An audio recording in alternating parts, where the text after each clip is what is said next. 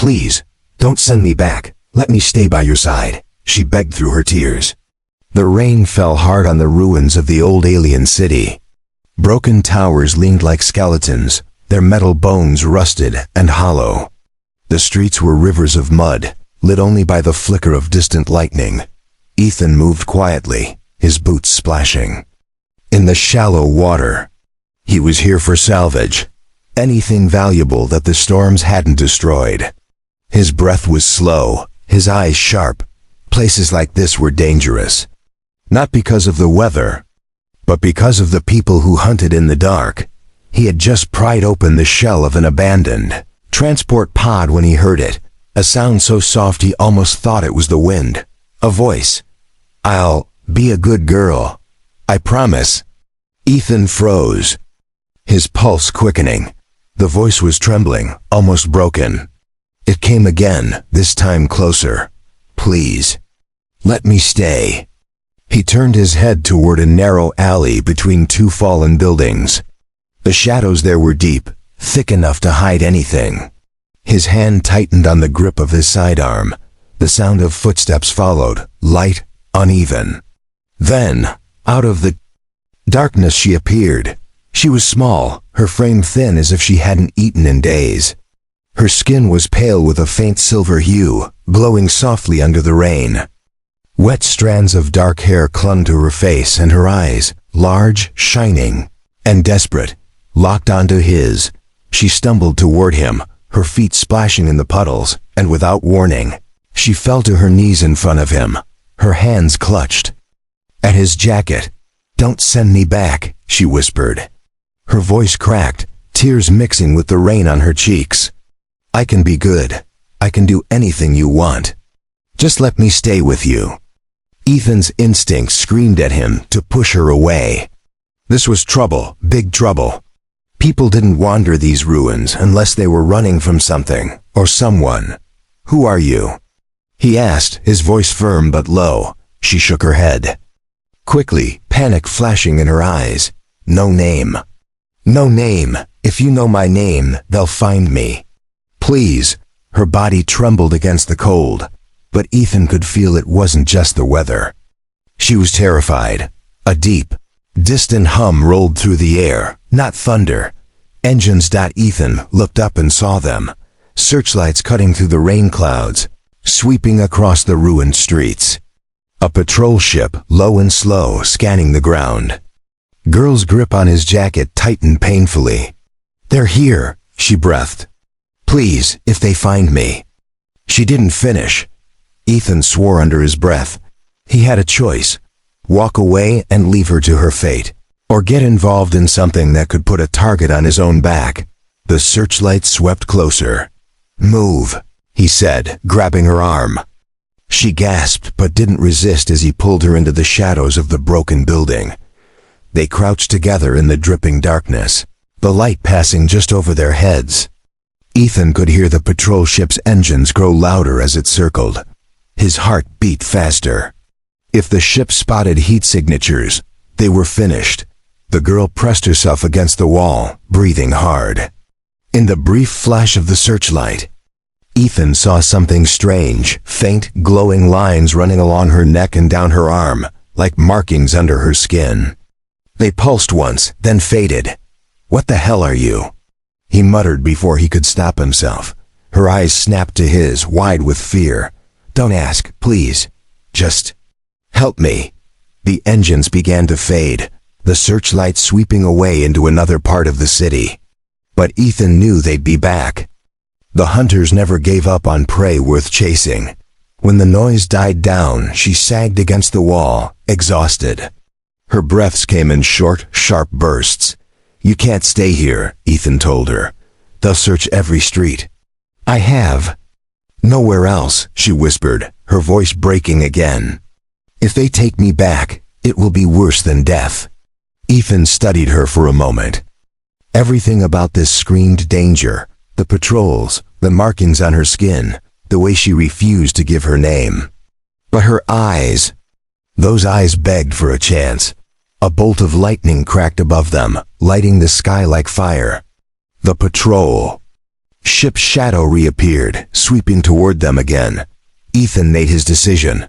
Follow me, and stay quiet. She nodded quickly, wiping her face with shaking hands. They ran through the narrow alleyways, past fallen steel beams and shattered walls, water splashing with every step. The city was a maze, and Ethan knew it well enough to lose anyone who might be watching. Finally, they reached a half-collapsed hangar. Inside, under layers of tarp and scrap, his small cargo ship waited. He yanked open the hatch and pushed her. Inside, the girl stumbled in, dripping wet, and sat in the corner, hugging her knees. Ethan closed the hatch and activated the ship's cloaking shield. For a moment, only the sound of rain on metal filled the space. Then, in a voice so soft he almost didn't hear it, she said again, "I'll be a good girl. I promise." Ethan sat down across from her, still holding his weapon, still unsure what he had just gotten himself into. Outside, the hum of the patrol ship passed by once more. And Ethan knew this was just the beginning. The hum of the patrol ship faded into the storm. Inside the small cargo vessel, dim lights cast long shadows on the metal walls. The girl sat in the corner, her knees pulled to her chest, her damp hair covering most of her face. Ethan sat across from her, still holding his weapon loosely in his hand. He wasn't pointing it at her, yet, but his eyes never left her. "You can start talking now," he said at last. She shook her head. "Talking will get you killed." "That depends on what you're hiding," Ethan replied. His voice was calm, but his mind was running through every possibility. Fugitive, spy, bait for a trap. He'd seen them all before. The girl hesitated, as if weighing her words carefully. Finally she whispered, "My name is Lyra." It was a beautiful name, but the way she said it made it feel like a curse. Ethan's brows furrowed. "That's the name you didn't want me to know?" She looked up, her eyes glistening. "Names carry signals. If they hear it, they can trace it." Ethan leaned back in his chair, his curiosity sharpening.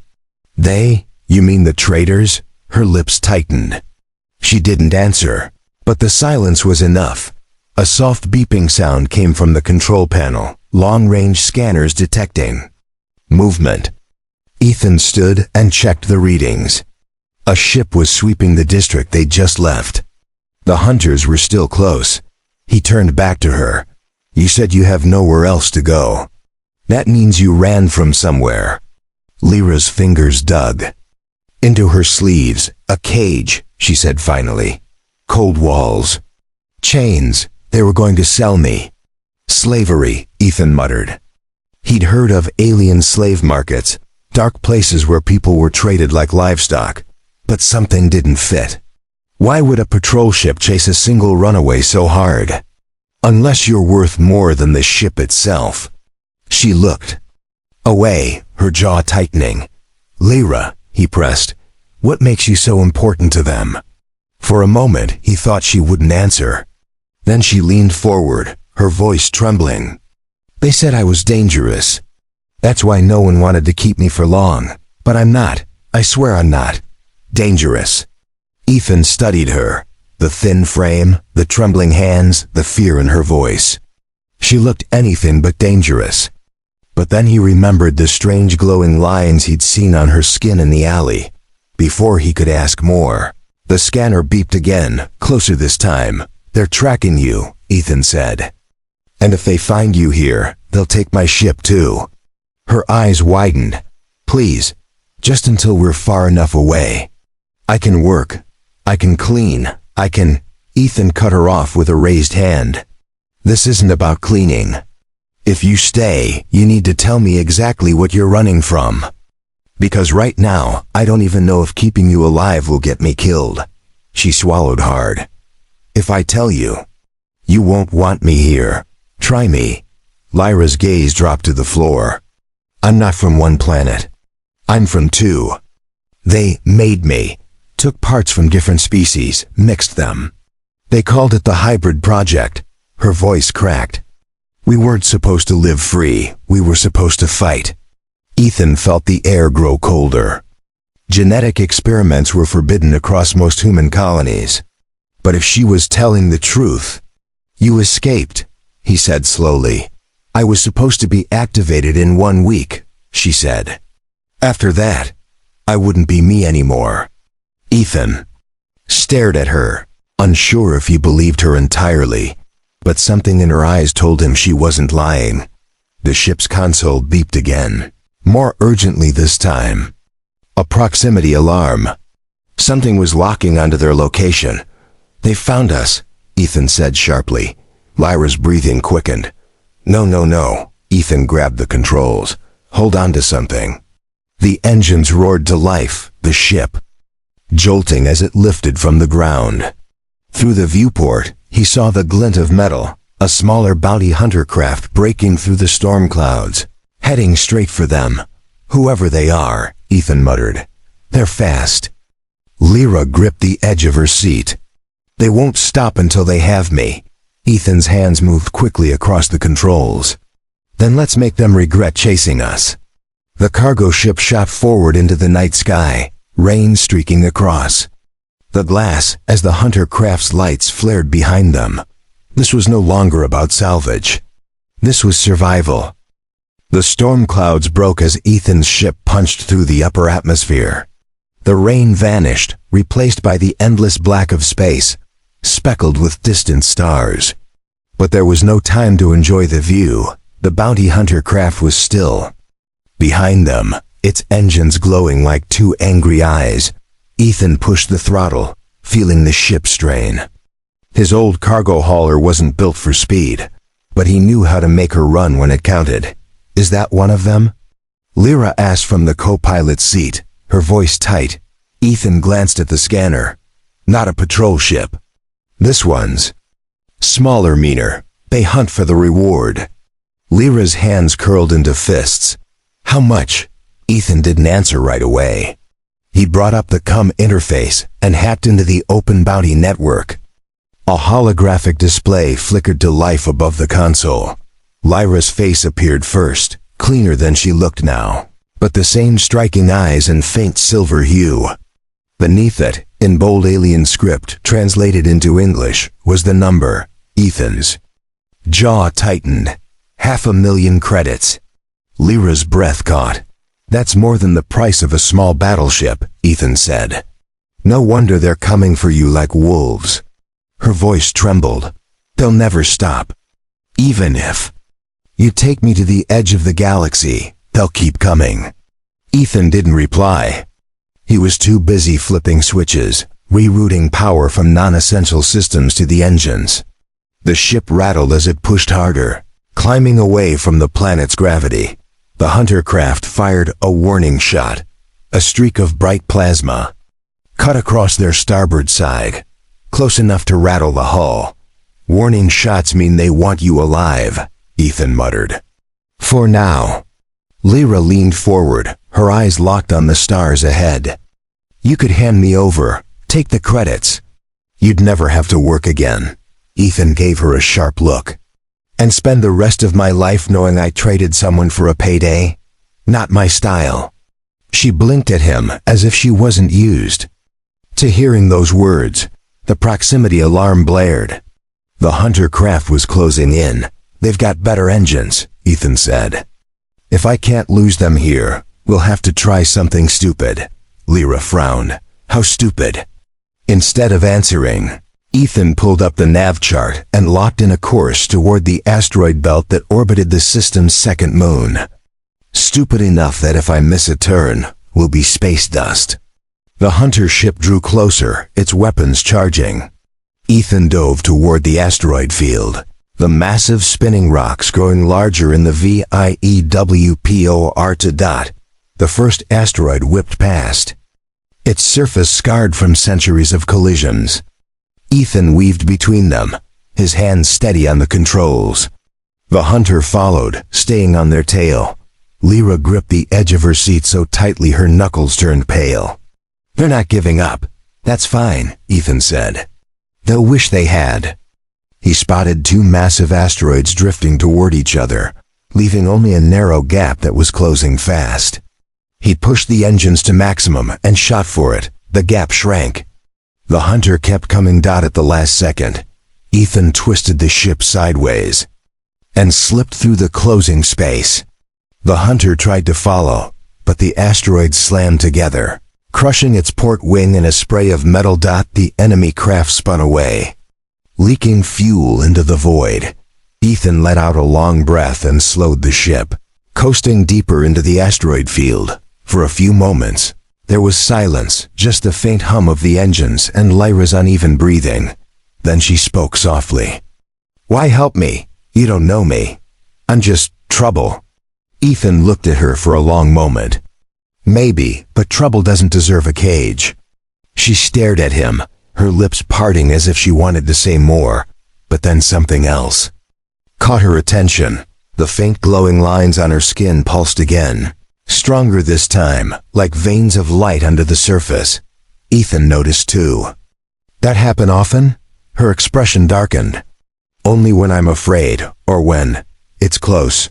"What's close?" he asked. She looked out into the dark between the asteroids. "The thing they built me for."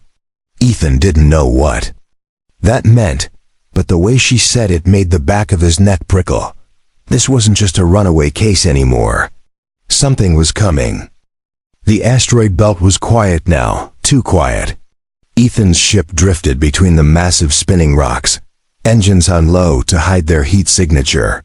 In the silence, the sound of Lyra's uneven breathing felt almost loud. She sat in the co-pilot's seat, staring out at the jagged shadows of the asteroids.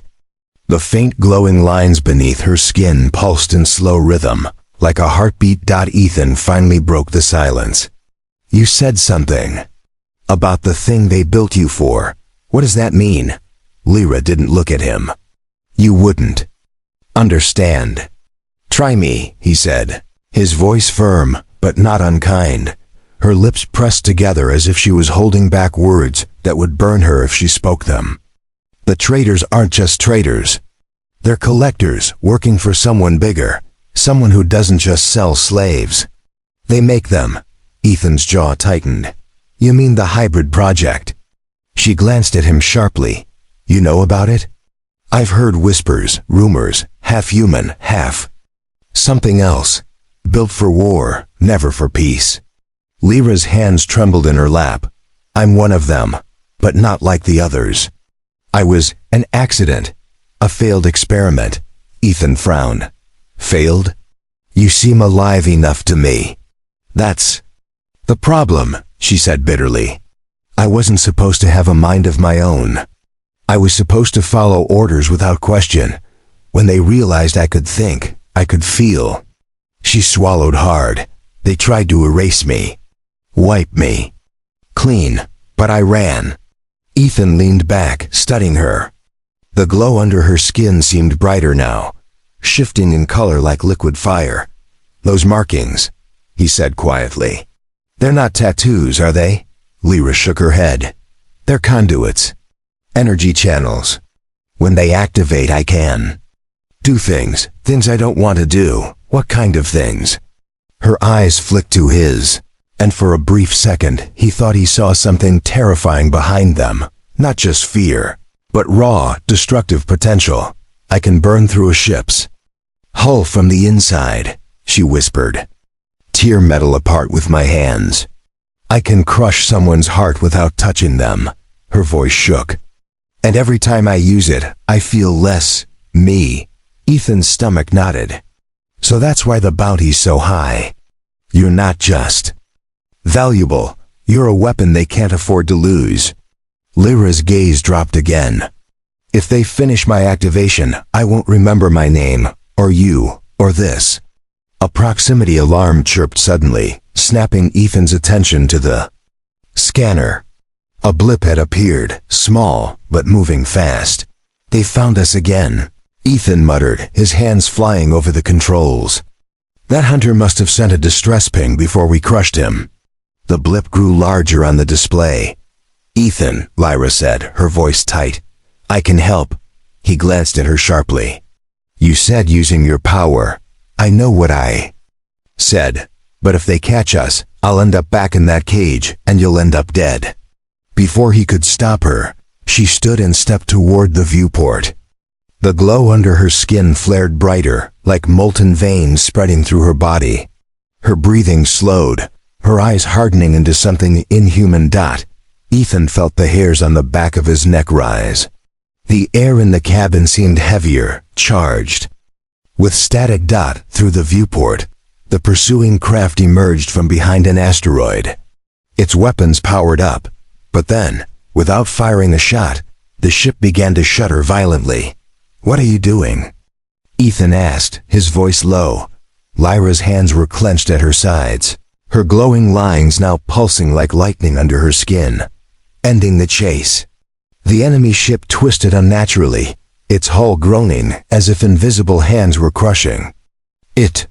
A few seconds later, it imploded silently, fragments scattering into the void. Lyra gasped, staggering back into the co-pilot's seat. The glow faded rapidly, leaving her pale and trembling. Ethan stared at her, his mind reeling. "You weren't lying." She gave a weak smile, not of pride, but of someone who hated what they'd just done. "Now you know why they want me." Ethan didn't answer. He just kept the ship moving, deeper into the safety of the asteroid belt. But one thought echoed in his mind. If she could do that to a small craft, what could she do to a city? And how long before the wrong people found out? The asteroid belt was behind them now. Ethan's ship cruised through a stretch of silent, empty space, a quiet so deep it almost felt wrong. Lyra sat curled in the co-pilot's seat, her head resting against the wall, eyes half closed. She looked exhausted, her glow gone, her skin pale. Ethan stole glances at her between checking the controls. He didn't say it out loud, but what she'd done back there still sat heavy in his mind. Crushing a ship with nothing but willpower. That wasn't just rare, it was unnatural, dangerous. He told himself he wasn't afraid of her. Not yet. A sharp ping from the control panel snapped him from his thoughts. The ship's internal diagnostics had triggered an alert. Ethan frowned and pulled up the readout. Unauthorized device detected. Power draw minimal. Location: cargo bay. His grip on the console tightened. "Stay here," he told Lyra, his voice calm but clipped. She sat up a little. "What's wrong?" "Routine check," he said quickly, not wanting to spook her, not yet. He made his way to the cargo bay, the dim overhead lights flickering as the ship's systems cycled. The place smelled faintly of oil and metal dust. He stepped between crates and salvage parts, scanning for anything out of place. Then he saw it. A small black disc no bigger than his palm, tucked behind a supply container. A faint red light blinked on its surface. A tracker. Military grade. Ethan's stomach tightened. It hadn't been there before. Someone had planted it after they landed on the ruined city, but how? He picked it up carefully, turning it over in his hands. The design was alien, but the build was meant to be universal, attach anywhere, and it could broadcast across half a sector. He turned and headed back toward the cockpit, the tracker hidden in his palm. Lyra was watching him as he entered. "You found something," she said softly. Ethan set the tracker on the console. "You want to tell me how this got on my ship?" Her eyes widened. "I've never seen that before." "You were the only one with me down there," Ethan said, his tone colder now. "If this was on board when we took off, it explains why that second hunter ship found us so fast." Lyra stood, her voice sharp with panic. "I didn't plant it. Why would I? If they catch you, they catch me too." "Maybe you were never planning to stay," Ethan shot back. "Maybe you just needed someone to fly you close enough to your friends." Her face twisted in hurt. "Friends? You think I'd go back to them? After what they did? Then how? Do you explain it?" Ethan demanded. The silence between them was heavy, broken only by the hum of the engines. Lyra's hands trembled, but not from fear, from anger. "I trusted you," she said finally, her voice low. I thought humans were different. Ethan's jaw clenched. He wanted to believe her, but the evidence sat right there on the console, blinking at them like a heartbeat. Before he could reply, the proximity alarm blared. Ethan's eyes shot to the scanner. A massive ship was approaching fast, far larger than the bounty hunters they'd seen before. Its silhouette was unmistakable. A trader flagship. The tracker's red light blinked faster. "They're here," Lyra whispered. Ethan grabbed the tracker and slammed it against the edge of the console, shattering it. But it was too late. The flagship had already locked onto their position. He threw the ship into a hard turn, engines screaming as they pushed to full power. "Hold on!" He barked. Through the viewport, the flagship loomed larger, its docking bays glowing like the eyes of a predator. Smaller hunter crafts began to launch, fanning out to surround them. "They're not going to just chase us," Ethan realized grimly. "They're going to trap us." Lyra's voice was steady now, almost unnervingly so. "Then you need to let me use my power again." Ethan glanced at her, pale, glowing faintly, eyes hard. "Last time you almost collapsed." "Last time I was holding back," she said. "This time, I won't." Something in her tone made the air feel heavier, like the moment before a lightning strike. Ethan didn't know if she was their only hope or the biggest danger on the ship. The trader flagship blotted out the stars. It moved like a predator, slow and deliberate, knowing its prey had nowhere to run. Smaller hunter crafts poured out from its docking bays, spreading across the void like a swarm. Ethan's hands gripped the controls. The ship's engines roared, but the scanner painted a grim picture, a full encirclement within minutes. "Too many," he muttered. Lyra stepped closer, her faint glow returning, stronger this time. "Then let me end it." Ethan shot her a sharp look. "You said using your power burns you out." She held his gaze.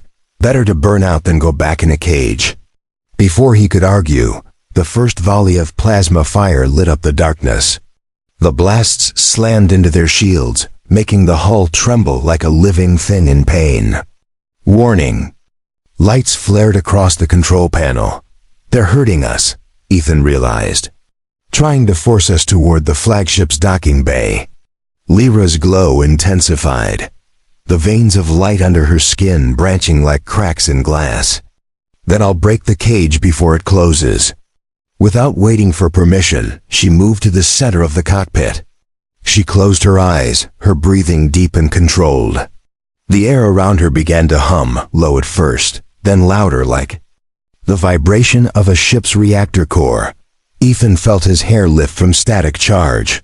"What are you?" Her eyes snapped open. The glow surged out of her, spilling into the air like liquid fire. Thin tendrils of light spread across the cockpit, walls racing into the ship's circuitry, flooding it with an alien energy. The lights flickered, and for a moment, the entire ship felt alive. Outside, the nearest hunter craft suddenly lurched mid-flight. Its engine sputtered, then flared uncontrollably. A second later, it spun wildly before exploding in a silent bloom of fire. Two more ships suffered the same fate, their weapons shutting down mid-charge, their hulls crumpling inward as if crushed by invisible fists. Ethan could barely process what he was seeing. This wasn't just raw force, it was precision. She was picking them apart, one by one, as if she could see every bolt and wire inside their ships. But it came at a cost. Lyra's hands shook, her breaths ragged, blood trickling from the corner of her mouth. Still, she kept going. The flagship's outer guns swiveled toward them, each barrel the size of a cargo shuttle. Lyra's glow flared brighter, almost blinding, and the air pressure in the cockpit shifted. Ethan's ears popped, as if they'd dropped 1,000 meters in seconds. The massive guns froze in place. Then, with a soundless twist of metal, they tore free from the flagship's hull and drifted away, sparking and useless. For the first time, the flagship stopped advancing. Ethan saw an opening. "That's our hole, hold on." He punched the throttle, the ship surging forward through the chaos of drifting debris and crippled hunter crafts. The asteroid belt shimmered in the distance, a possible escape route. But Lyra wasn't looking at the asteroids. Her gaze was locked on the flagship, her glow still pulsing dangerously. "Lyra, enough," Ethan barked. "You'll kill yourself." Her voice was distant, almost mechanical. "If I don't finish them, they'll follow us. Always." Ethan swore under his breath, unbuckled his harness, and stepped toward her. He grabbed her shoulders, the glow burning hot against his palms. "Look at me. You're not a weapon. You're not theirs. Don't let them turn you into what they want." For a heartbeat, her eyes were nothing but light. Then slowly the glow dimmed. The hum faded, leaving only the faint creak of the ship's hull. She slumped forward, and Ethan caught her before she hit the floor. The flagship began to pull back, its formation breaking. The damaged hunter craft scattered, leaving the space. Between them and the asteroid belt wide open. Ethan guided the ship into the shadow of the rocks, masking their signature.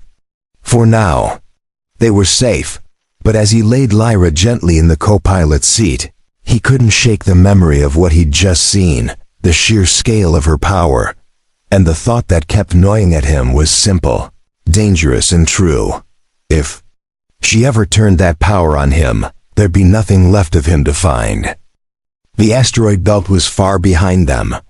For the first time in days, Ethan's scanner showed nothing but the quiet hum of deep space. No patrols, no hunter crafts, no massive flagship blurring the stars. Lyra sat in the co-pilot's seat, wrapped in a thermal blanket. She was pale, her breathing slow but steady. The glow under her skin had faded completely. "How long was I out?" she asked softly. 4 hours, Ethan replied, keeping his eyes on the nav chart. "Long enough for me to find us somewhere safe." She leaned her head back, a tired smile tugging at her lips. "Safe doesn't exist for me." Ethan's gaze flicked toward her. "Maybe not, but we can fake it for a while." Ahead, a planet came into view, small, green, and cradled by the golden light of a distant sun. It was no bustling world with cities and ports. Instead, it was dotted with patches of forest and silver rivers, its atmosphere thick and clean. "A colony?" Lyra asked. "Not exactly," Ethan said. "Off the charts. Human settlers who don't want to be found." They descended through clouds painted gold and orange by the setting sun. Below, wooden homes were scattered between fields, smoke curling from chimneys. Children ran through tall grass, their laughter carrying faintly even at this altitude. The sight made something ache in Lyra's chest. She had never seen a place so open, so unafraid. Ethan landed the ship on the edge of the settlement. The moment the hatch opened, the scent of wood smoke and wildflowers filled the air. A few colonists approached cautiously, their eyes wary. But curious. An older woman stepped forward.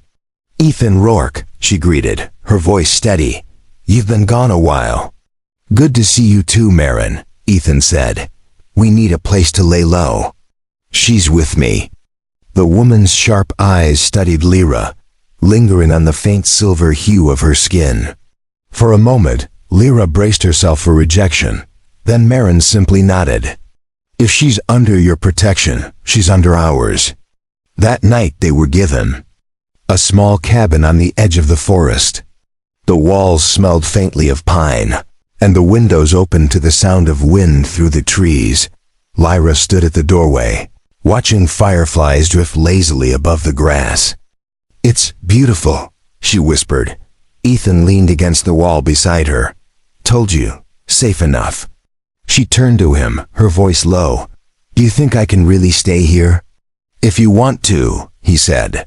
"No one here cares what you were made for, only who you are now."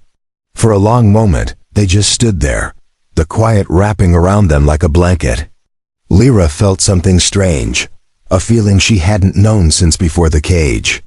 Something like hope, but deep. In the forest, hidden by the night, a shadow moved. A small drone, no bigger than a bird, perched silently on a branch. Its single red lens blinked once, recording the cabin, the girl at the doorway, and the man beside her. Then it turned and flew off into the darkness. Inside, Lyra whispered again, almost to herself, "I'll be a good girl, I promise. If I can stay." Ethan didn't hear the faint, distant hum of the drone's engine. He didn't see the signal it sent into the sky. Far beyond the planet's horizon, in the cold black of space, something old and patient received the message. Encounter began to move.